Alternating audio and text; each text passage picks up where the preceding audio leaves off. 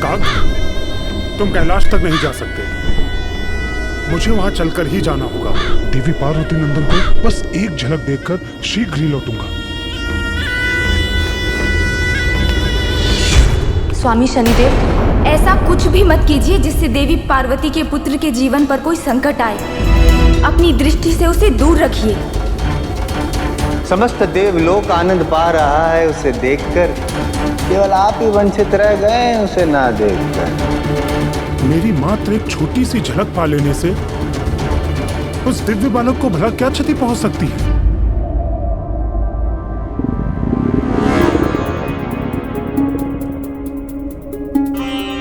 क्या हुआ पुत्र? पता नहीं माँ, अचानक मेरे उदर में हलचल हो रही है।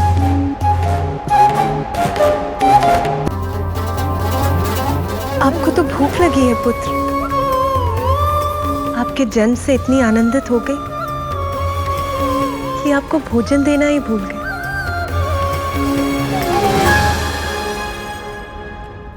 देवी कामधेनु,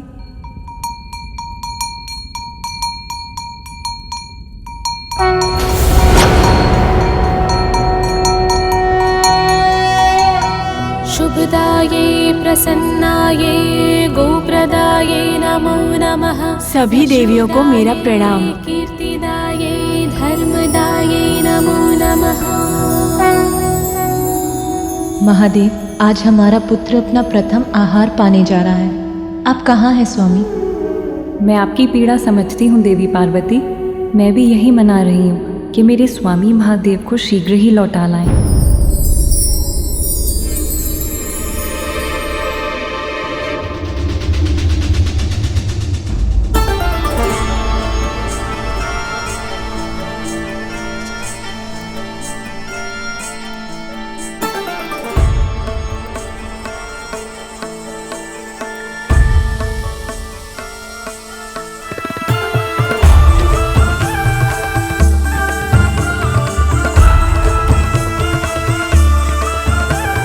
मेरे प्रभु भोलेनाथ, इन पापी अधर्मी असुरों के मध्य रहने को बाध्य हैं।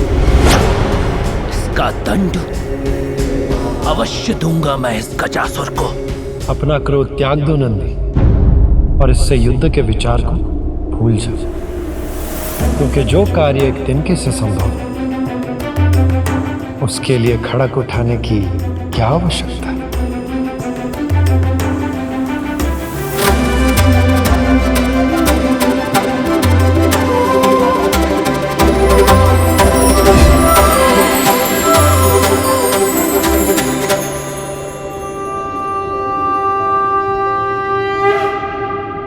श्री हरि ने ये कैसा वेश धारण कर लिया? कैसा दिख रहा हो नंदी में? प्रभु, मैं भोले बाबा का गण आपकी माया कैसे समझूं? मुझे तो बस इतना ज्ञात है कि आप कुछ भी कर सकते हैं। जगत हित के लिए आप कोई भी रूप धारण कर सकते हैं प्रभु।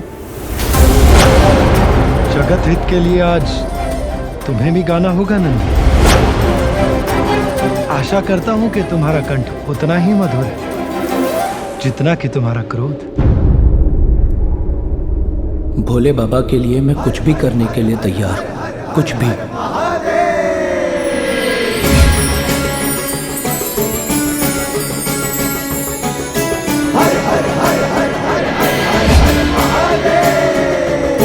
धन्य है आप प्रभु और धन्य है आपकी माया। भोले बाबा, आप शीघ्र लौट आइए, नहीं तो आपके मित्र विष्णुदेव न जाने मुझसे क्या क्या करवा ले। विष्णुदेव, नंदी के विपरीत कला तो मेरे कड़ कड़ में बसती है।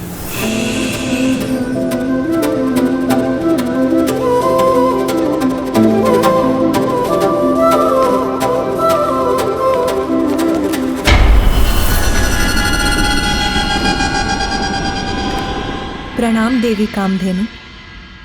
आप तो सभी गौ की दिव्य माता हैं। जीवन की निरंतरता और समृद्धि की प्रतीक हैं। अपने पवित्र दुग्ध से मुझे अपने पुत्र की भूख मिटाने की अनुमति दीजिए। माता, आपने शुभ कार्य के लिए मेरा आवाहन करके मुझे कृतार्थ कर दिया।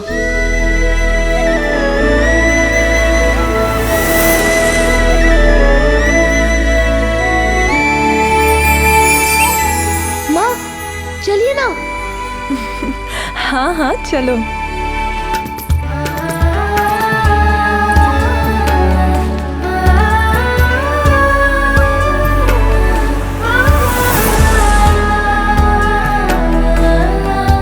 माता, आज मेरा दुग्ध आपके दिव्य पुत्र का आहार बनेगा।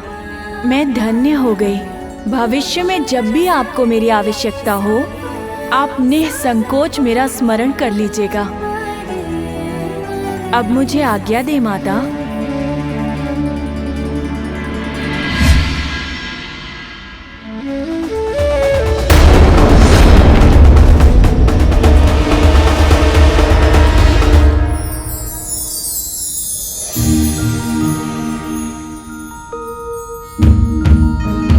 प्रतीत होता है पुत्र प्रेम में इतना रम गई देवी पार्वती कि ये भी भूल गई कि हम सब भी यहाँ हैं।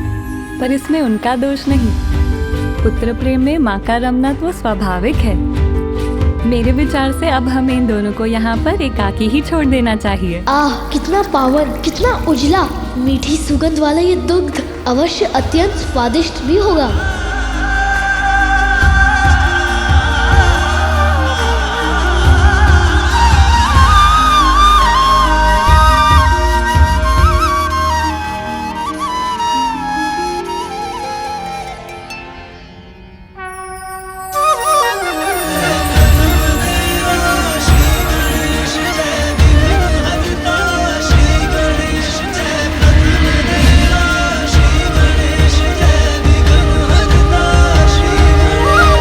दुग्ध आपको आपके पिता के समान शक्तिशाली बना देगा पुत्र। सच माँ? तो और पिलाइए ना।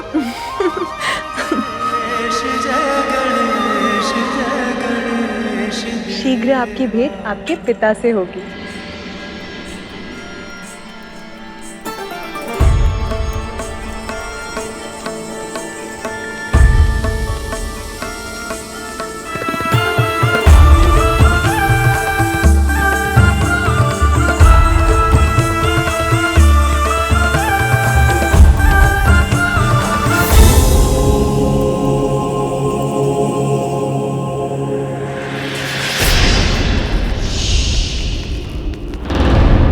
उत्तम, अति उत्तम। तुम्हारा नृत्य अत्यधिक मनमोहक है सुंदरी। त्रिलोकी विजेता गजासुर तुम्हारे नृत्य से अत्यधिक प्रसन्न हुए।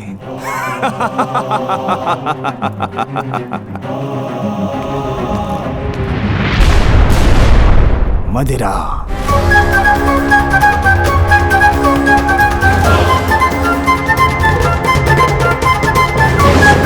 दुष्ट असुर शीघ्र मुक्त होंगे मेरे भोले बाबा तुम्हारे उदर से।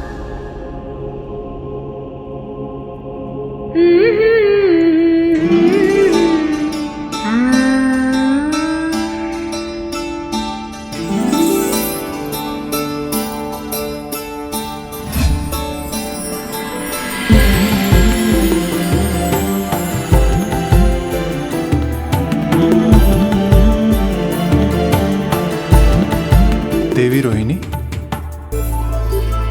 स्वामी आप मेरा अपने पति चंद्र का तिरस्कार कर रही हैं। तिरस्कार? मैं आपका ध्यान अपनी ओर आकृष्ट करने का प्रयास कर रहा हूं, किंतु आप हैं कि इस गीत में खोई हुई हैं। स्वामी, अपार सौंदर्य के धनी बालक ने मुझे मंत्र मुक्त कर दिया है। आप ही के समान अनुपम तेज से दमकता हुआ उसका मुखमंडल, आसमान में चमकती हुई सितारों की तरह उसके नेत्र, उसकी सम्मोहित करने वाली मधुर मुस्कान, उसकी वाक्पटुता, उसकी कुशाग्र बुद्धि, सब अत्यंत मनमोहक है स्वामी। किंतु देवी, ये अद्भुत बालक है कौन? देवी पार्वती का पुत्र है स्वामी। आनंदित कर दिया है उसने हम देवियों को। ऐसा ही मनभावन मनोहर है वो।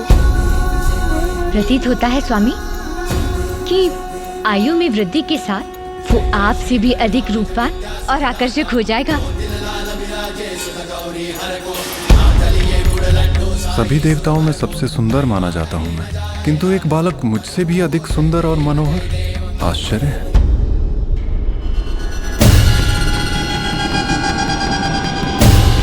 संध्या हो चुकी है। मुझे थोड़ी प्रतीक्षा करके रात्रि के अंधकार में छिपकर वहां जाना चाहिए, ताकि कोई मुझे देख ना सके। रुको!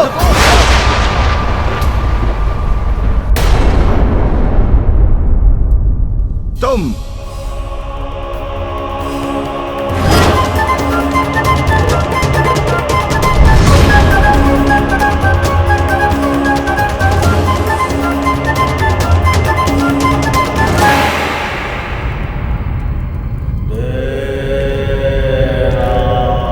मेरी दृष्टि से कुछ भी नहीं छिपा है। मुझे सब ज्ञात है कि तुम कौन हो।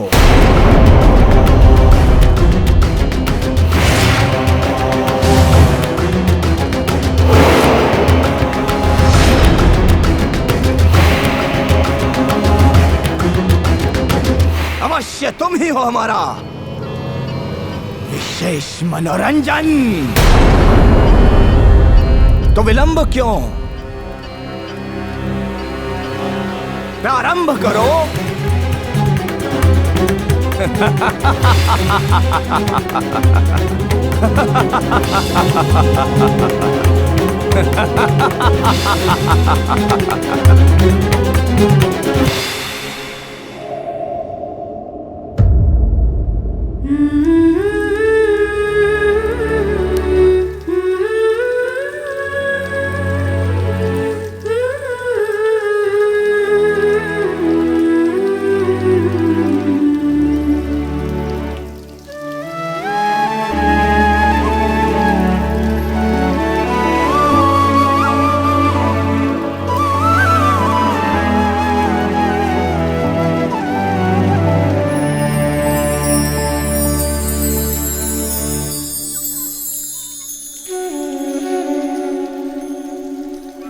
ये प्रकाश कहाँ से उत्पन्न हो रहा है? ओह, तो ये चंद्रदेव है। उचित था देवी रोहिणी का कथन।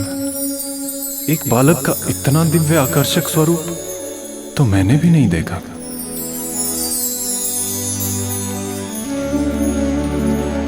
चंद्रदेव, अपने प्रकाश को कम कीजिए, सोने दीजिए इसे।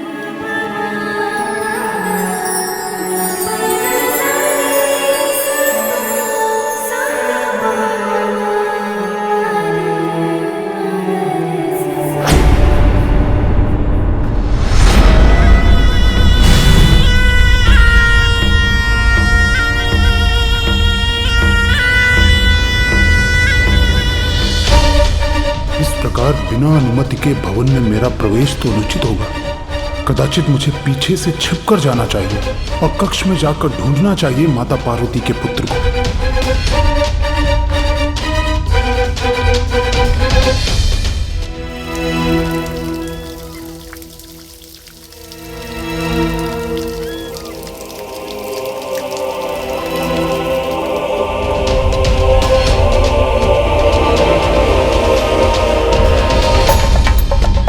भला हो चंद्रदेव का, जिनका प्रकाश उसे ढूंढने में मेरा सहायक बनेगा।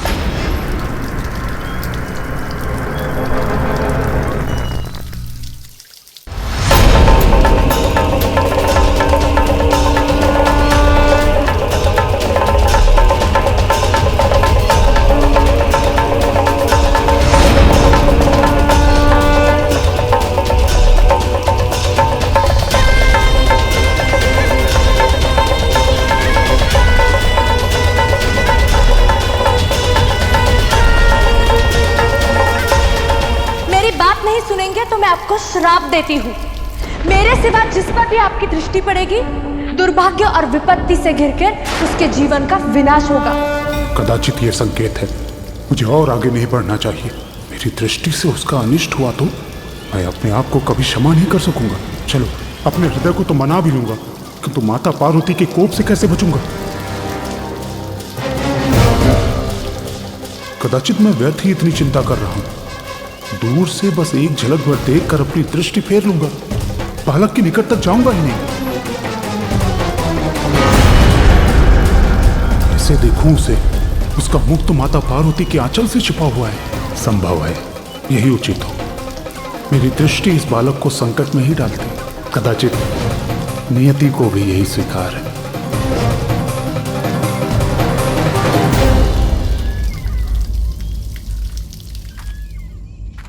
शनिदेव, चंद्रदेव, कहाँ जा रहे हैं आप? अभी तो आपने उस बालक को ठीक से देखा भी नहीं। मैंने प्रयास तो किया चंद्रदेव, किंतु वो बालक अभी निद्रा में है। उसका मुख देवी पार्वती के आंचल से ढका हुआ है। उसे देखने के लिए उसकी निद्रा में विघ्न डालना तो उचित नहीं होगा। और वैसे भी मेरी दृष्टि तो अशुभ है। मेरी दृष्टि का दुष्परिणाम सर्वविदित है।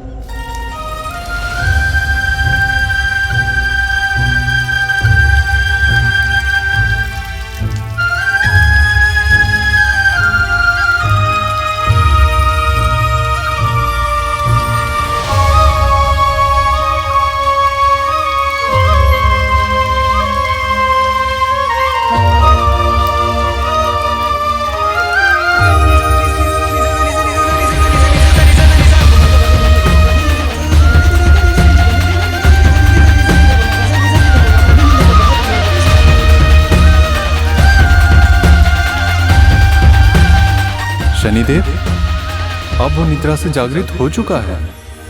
जलाशय के जल से क्रीड़ा कर रहा है।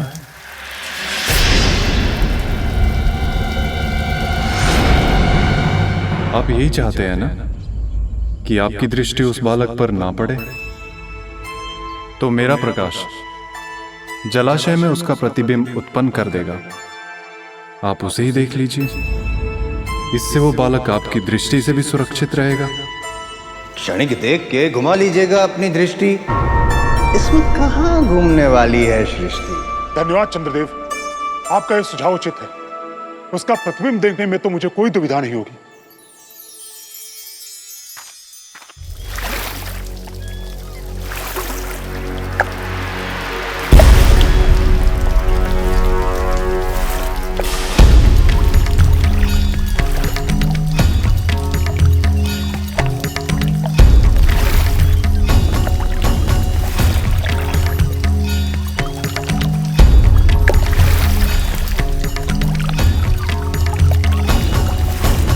ये जल शांत और स्थिर होगा, तब तो इस बालक का स्पष्ट प्रतिबिंब देख सकूंगा मैं।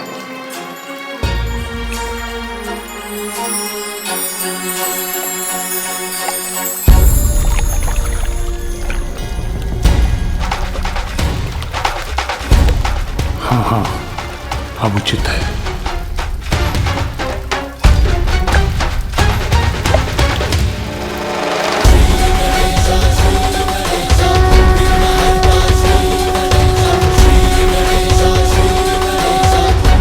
देवर्षि ने सत्य कहा था। कितना मनोरम रूप है इस दिव्य बालक का। इतनी मनोहर मुस्कान, मोतियों के समान चमकते दंत, नभ के तारों से टिमटिमाते उसके निर्मल नेत्र। अनुपम, अलौकिक है ये बालक।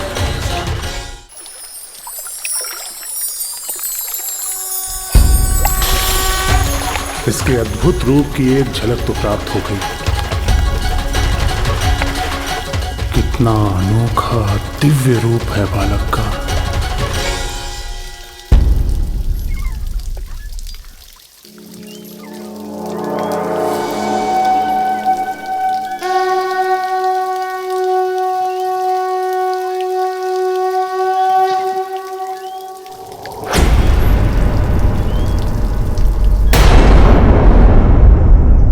किंतु एक झलक देखकर तो तृप्ति ही नहीं मिली।